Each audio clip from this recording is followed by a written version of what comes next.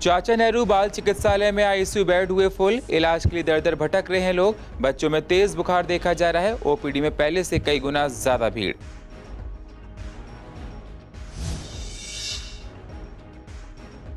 बढ़ती महंगाई से पूर्व दिल्ली की जनता परेशान। लोगों के घरों का बिगड़ रहा है बजट। सब्जियों के दाम सातवें आसमान पर पहुंचे।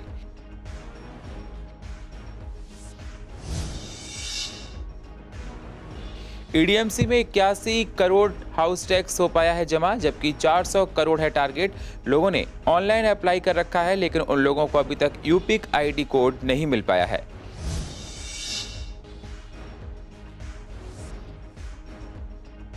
जीटीबी अस्पताल में कैदी के उपचार के दौरान हुई मौत। परिवार ने मौत पर उठाए तमाम सवाल। परिजन का कहना, शव पर थे चोट के कई निशान।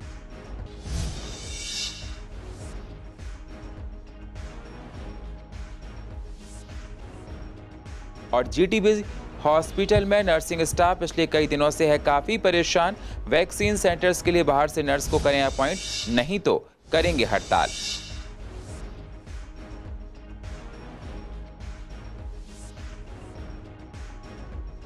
नमस्कार, स्वागत है आप सभी का पूर्व दिल्ली खास में। मैं हूं आपके साथ सुनील चौहान। अब होते हैं रूबरू पूर्व दिल्ली की अहम खबरों के साथ। सबसे पहले बात करते हैं चाचा नेहरू बाल चिकित्सालय की। वहां पर बच्चे जो बहुत ज़्यादा बीमार वहां पर पहुंच रहे हैं। बताया जा रहा है कि काफ़ी बच्चे वहां पर हैं। ओपीडी पहले से बहुत कई गुना वहां पर भीड़ देखी जा रही है। बच्चों में फीवर है। साथ ही साथ बताया जा रहा है कि जो आईसीयू बेड्स हैं वहां के पूरे फुल हो चुके हैं। अभी तक पूरी तरह से दिल्ली कोरोना के मामलों को लेकर संभल भी नहीं पाई थी कि राजधानी में दिल्ली में वायरल फीवर का कहर बढ़ने लगा है। सबसे ज्यादा वायरल फीवर की चपेट में इस वक्त बच्चे आ रहे हैं। इसका अंदाजा आप इस बात से लगा सकते हैं कि पूर्व दिल्ली में बच्चों का सबसे बड़ा अस्पताल चाचा नेहरू बाल चिकित्सालय में आईसीयू बेड्स फुल हो चुके हैं। वहीं अगर अस्पताल की ओपीडी की बात करें तो पहले के मुकाबले एक दिन में ओपीडी में दिखाने वाले मरीजों की संख्या 3 गुना बढ़ गई है। पहले जैसे अस्पताल में एक दिन में 500 बच्चे ओपीडी में आया करते थे, अब 1200 से 500 बच्चे ओपीडी में आ रहे हैं। ओपीडी नंबर जो हमारा पहले पर डे 800 से 1000 के बीच में होता था, अब वो बढ़ के अराउंड 1700 से 1800 के बीच में हो गया है। सारे बच्चे जो आ रहे हैं वो यूजुअली फीवर के साथ में आ रहे हैं। फीवर है और रेस्पिरेटरी इन्फेक्शंस हैं।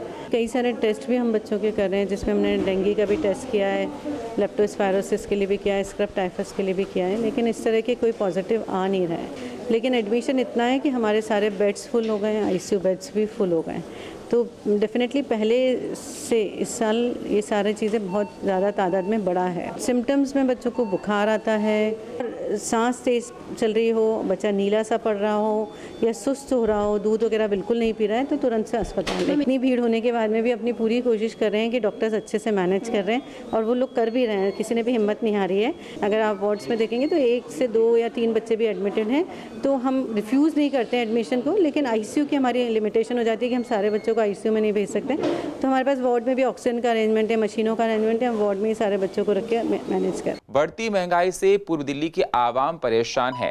पूर्व दिल्ली की जनता का कहना है कि सब्जियों के दाम सातवें आसमान पर हैं।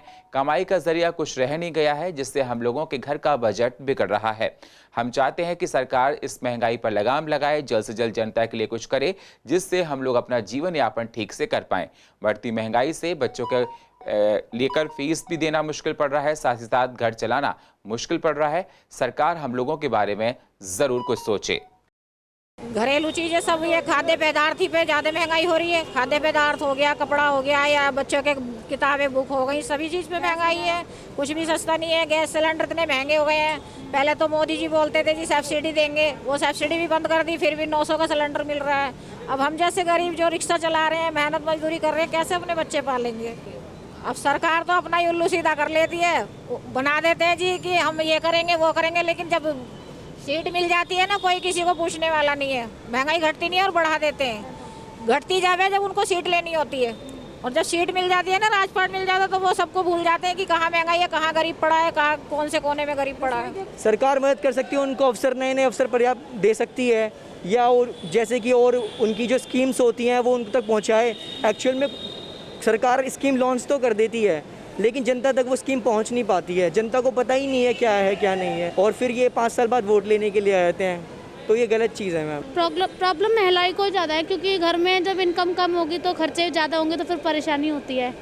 हाँ, बस यही है। बस ये कि जो सामान खाने पीने का में ज़्यादा महंगाई और स्कूल की फीस से ज़्यादा बता रहे हैं, महंगी हो गई है। लेडीज़ को तो रसोई में काम करना होता है, तो रसोई इसको पता होता है मैं किचन किस हिसाब से चला रही हूँ अपनी, तो लेडीज़ को तो सब चीज़ों को पता ही होता है। लेकिन महंगाई के समय दिक्कत तो इस समय देखो पेट्रोल का ज़्यादा लग रहा है, हाँ रसोई का भी है, तेल रिफाइंड वगैरह सब चीज़ महंगी हो गई, मसाले वगैरह आटे सब चीज़ ही महंगी हो गई है, कोई चीज़ सस्ती नहीं है। ये तो मुश्किल होता ही है मेरा, बहुत मुश्किल होता है। हर चीज़ महंगाई तो खैर हो ही रहा है। महंगाई हो रही है, जब है तो गाड़ी चला रहे हैं लेडीज़ होके, सबसे ज़्यादा तेल खाने वाले हो रहे हैं। सिलेंडर 900 के हो गया, बहुत हो गया है मेरा, हर चीज़ हो गई मेरा। नगर निगम में छूट के साथ हाउस टैक्स जमा करने में सिर्फ 2 दिन बचे हैं। जो 15% की छूट दी जा रही थी, अब वो 15 सितंबर लास्ट डेट थी, अब 2 दिन ही बचे हैं। आपको बता दें अभी तक 81 करोड़ हाउस टैक्स जमा हो पाया है, जबकि निगम का टारगेट 400 करोड़ का है। ईस्ट एमसीडी में हाउस टैक्स जमा करने में 15% की छूट के लिए आपके सिर्फ 2 दिन बचे हैं, लेकिन लास्ट डेट 15 सितंबर है। लेकिन सिर्फ अभी तक 81 करोड़ हाउस टैक्स जमा हो पाया है, जबकि हाउस टैक्स का टारगेट निगम का 400 करोड़ का है। निगम ने ऑनलाइन हाउस टैक्स जमा करने पर छूट दे रखी है, लेकिन काफ़ी लोगों ने ऑनलाइन अप्लाई कर रखा है, लेकिन उन लोगों को अभी तक यूपिक आईडी कोड नहीं मिल पाया है। अब वो लोग कैसे हाउस टैक्स जमा करें? वहीं निगम के मेयर श्याम सुंदर अग्रवाल का कहना है कि 6 लाख के आसपास निगम के पोर्टल पर यूपिक आईडी जनरेट हो चुकी हैं, लेकिन अब सवाल इस बात का उठता है कि निगम टारगेट के पास क्यों नहीं जा पा रहा है। टैक्स जमा में अभी तक 81 करोड़ रुपये हम लोगों के पास आया है। 6 लाख से ज़्यादा प्रॉपर्टी रजिस्टर्ड हो चुकी हैं, और जब रजिस्टर्ड हो चुकी उनका टैक्स भी आएगा। एक नई अचीवमेंट हुई है। पहले जो अनऑथराइज कॉलोनी वाले वो टैक्स नहीं देते थे, हमने उनको कहा, आह्वान किया कि आप 2 साल का अपना टैक्स दे दीजिए, आपका पिछला सब माफ, ओनली अनऑथराइज कॉलोनी के लिए हमने कहा। तो उससे भी उनके अंदर एक भावना बढ़ी है कि हम लोग अपना टैक्स जमा का यूपी का नंबर लें, तो इससे कारण 6 लाख आंकड़ा आया। हमने लगभग 400 करोड़ का रखा है, और हमें लगता है कि उसके आसपास पहुंचेंगे, हो सकता है हम उससे आगे बढ़ें। पूर्व दिल्ली के मंडोली जेल के कैदी की मौत जीटीबी अस्पताल में उपचार के दौरान हो गई है, लेकिन परिजन ने इस मौत पर तमाम तरह के सवाल खड़े किए हैं। जी हां, आपको बता दें, पूर्व दिल्ली के मंडोली जेल में कैदी की अस्पताल में इलाज के दौरान मौत हो गई। परिवार के लोगों का कहना है कि जब उन्होंने मृतक के शव को देखा, उस पर चोट के कई निशान थे, दांत टूटे हुए थे। परिवार वालों ने मारपीट का अंदेशा जाहिर किया है। हालांकि मृतक परिवार केवल इंसाफ की मांग कर रहा है। परिवार में मृतक की पत्नी और 3 बच्चे हैं। परिवार वालों का रो रो कर बुरा हाल है।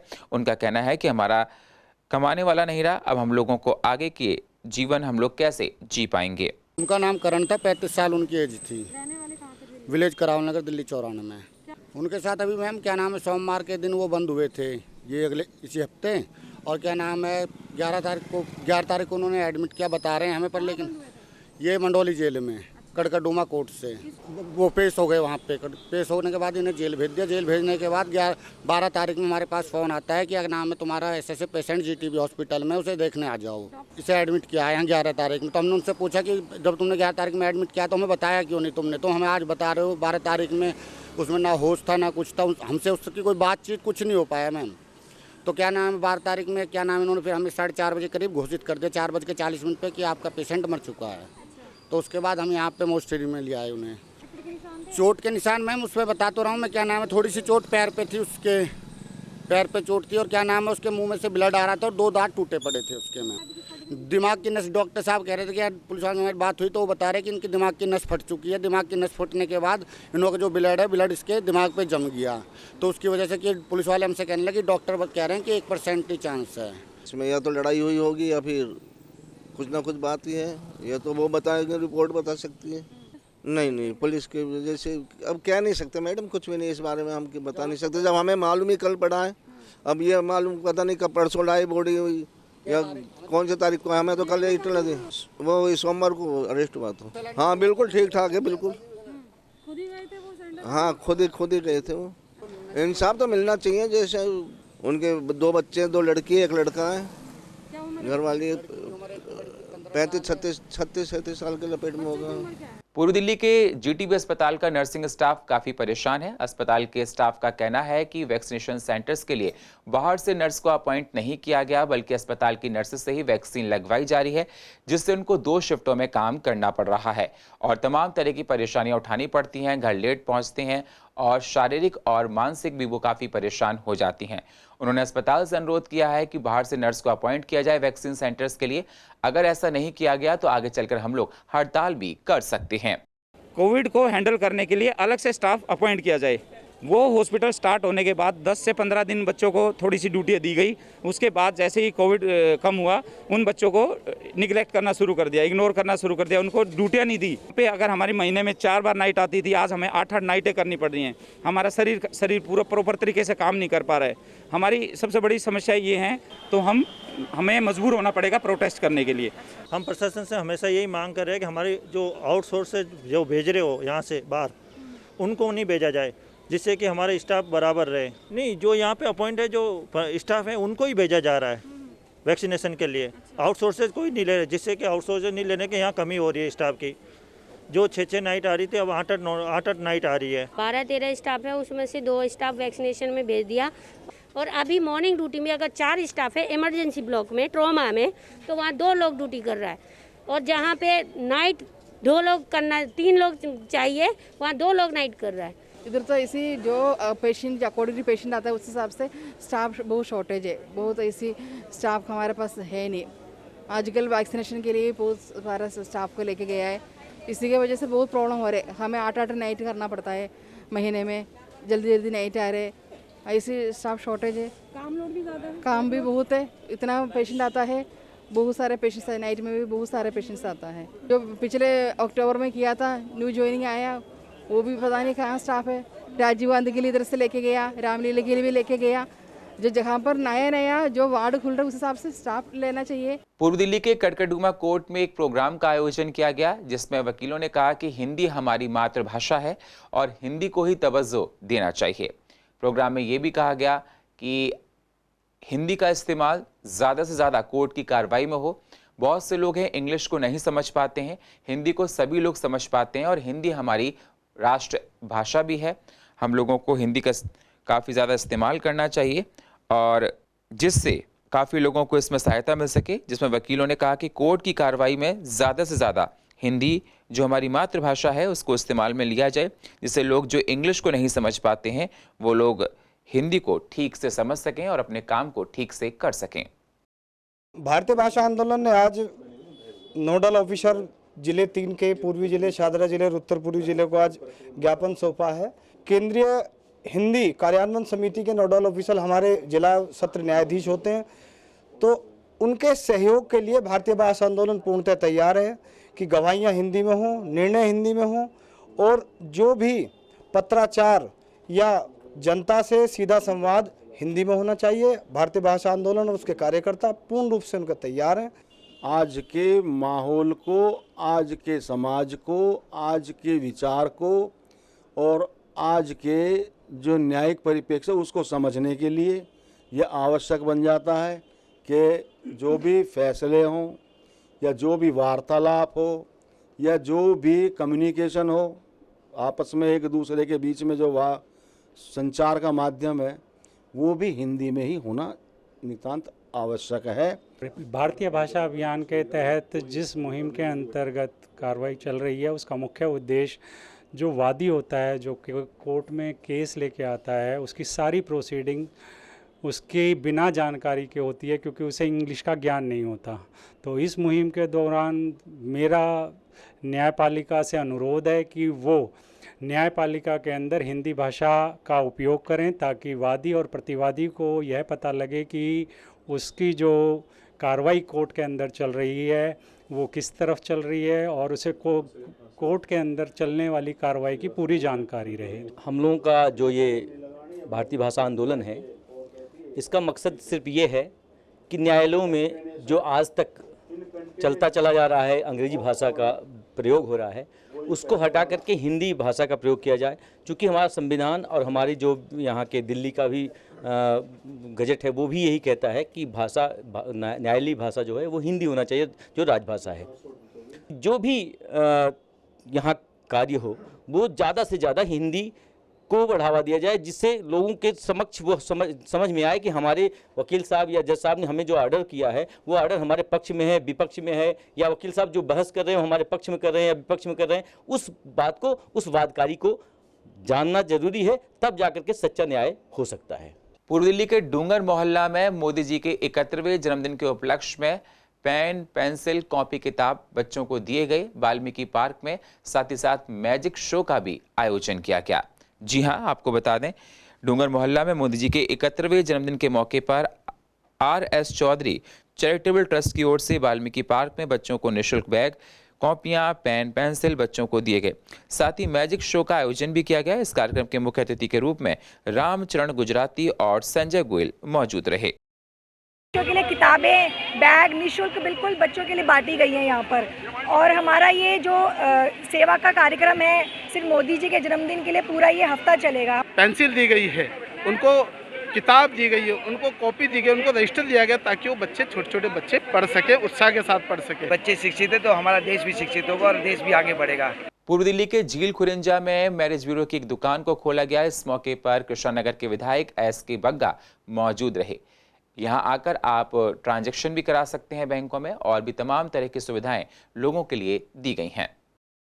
सिंपल सा फॉर्म है जिसमें फ़ोटो, पर्टिकुलर पैन कार्ड की, आधार कार्ड की कॉपी, जिससे मैच मिलता है क्वालिफिकेशन के हिसाब से, फैमिली बैकग्राउंड के हिसाब से।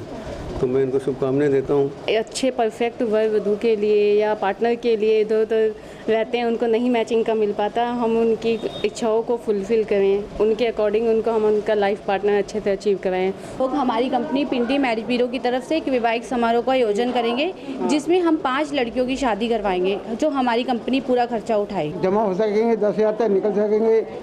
गरीब लोगों के खाते खुलेंगे 0 बैलेंस से, बैंक ऑफ बड़ौदा और पंजाब नेशनल बैंक। पूर्व दिल्ली के झिलमिल में विधायक रामनिवास गोयल ने एक मोहल्ला क्लिनिक का उद्घाटन किया। उन्होंने कहा कि मोहल्ला क्लिनिक लोगों की काफी मदद करता है, काफी लोग यहां पर आकर दवाइयां ले रहे हैं। साथ ही साथ कहा कि इस कोरोना महामारी में मोहल्ला क्लिनिक ने लोगों की काफी सहायता की है।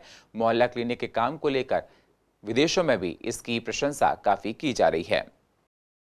छोटी मोटी बीमारियों के लिए तुरंत आकर वो दवा ले सकेंगे। उनके दरवाजे पर, उनके घर के दरवाजे पर, उनकी फैक्ट्री के दरवाजे पर मोहल्ला क्लिनिक बना। ऐसी सुविधाएं पहले कभी नहीं थी, पूरे भारत में नहीं, और ये वास्तविकता में बहुत बड़ा लाभदायक है। विधानसभा में ये 9वां मोहल्ला क्लिनिक है मेरा, और अभी 5-6 और खुल रहे हैं, लगे हूँ जगह तलाश कर। हाँ, वो 200 टेस्ट डेली होंगे, डेली टेस्ट होंगे, अगले दिन रिपोर्ट मिलेगी, और कुछ की रिपोर्ट हो सकता है उससे नेक्स्ट डे मिले। कहीं एक्सरे की ज़रूरत है, अल्ट्रासाउंड की ज़रूरत है, वो रेफ़र करेंगे जो हमारे पैनल पर हैं, ऐसे डायग्नोस्टिक सेंटर वहाँ हो। लंबी लाइनों में लगना पड़ता था, उनकी दिहाड़ी ख़राब होती है, तीसरे दिन जाके दवाई मिलती है, दूसरे दिन लैब टेस्ट होता है। यहाँ पे क्या है कि अपने घर के पास जाएंगे, इतना दूर ट्रैवल नहीं करना पड़ेगा क्योंकि हम उनके घर के पास खोल रहे हैं। तो वहीं पे वो सुबह जाएंगे, दवाई भी ले लेंगे, और अगले दिन उनका टेस्ट हो जाएगा और रिपोर्ट मिल जाएगी। क्योंकि अस्पताल में तो ऑल दिल्ली के नहीं, बाहर के भी लोग आते हैं। ये 10,000 की पॉपुलेशन में खोला गया है, तो उनके बिल्कुल वॉकिंग डिस्टेंस पे है, बिल्कुल चल के जाएंगे, कोई लेंगे और अपने घर आ जाएंगे। 8 से 2 का क्लिनिक है। पूर्वी दिल्ली खास में इतना ही। बाकी खबरों के लिए आप बने रहिए CCN के साथ। तब तक के लिए नमस्कार।